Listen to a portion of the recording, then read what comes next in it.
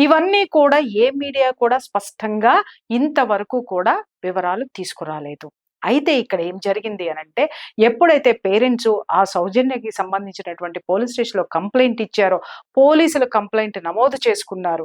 నమోదు చేసుకున్న తర్వాత వాళ్ళు వెరిఫై చేసి సంతోష్ రావ్ అనేటటువంటి ఒక కల్ప్రిట్, ఎవరైతే నిందితుడు ఉన్నాడో ఆ నిందితుడిని పట్టుకోవడం జరిగింది. జరిగిన తరువాత వెంటనే మనోడున్నాడు కదా, ఆ సోమనాథ్ నాయక్‌కి నచ్చలే. ఎవరికి నచ్చలే? మన వాడున్నాడు గదా, గన్నులు పట్టుకున్న పీపీకి.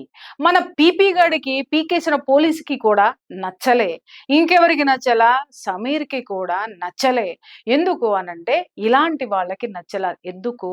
వాళ్ళ యొక్క ఇంటెన్షన్ లోపల వాళ్ళకున్నటువంటి ఆ యొక్క దృష్టి వేరే ఉంది. వాళ్ళ చూపు దేని మీద ఉంది భయ్యా అనేది నేను చెబుతా. ఎందుకు జరుగుతుందనేది కూడా చెప్తా.